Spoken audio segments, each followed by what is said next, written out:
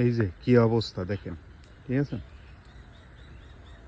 তো এই ব্যক্তি কি করছে, এই ব্যক্তি এদিক দিয়ে ট্রাক্টর নামাইছে, ঠিক আছে। ট্রাক্টর নামায় তার জমি সে চাষ করছে এবং ইট ভেঙ্গা রাস্তা ভেঙ্গা সে ট্রাক্টর তুলছে, কিন্তু তার সামাজিক কোনো দায়িত্ব নাই যে হেনি বইরে দিই, ঠিক আছে। তো আস্তে আস্তে দেখা যাইতেছে যে রাস্তা ভাঙ্গা কিনার থেকে আস্তে আস্তে মাঝখানে আসবো, বৃষ্টির দিন আসতেছে। তো এই হচ্ছে আমাদের দেশের অবস্থা, ঠিক আছে।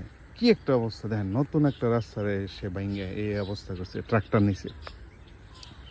তো এক হলো তার সামাজিক কোনো দায়বদ্ধতা নাই, কারো বিচার নাই, ঠিক আছে, তার কোনো বুদ্ধিমত্তা নাই, ঠিক আছে।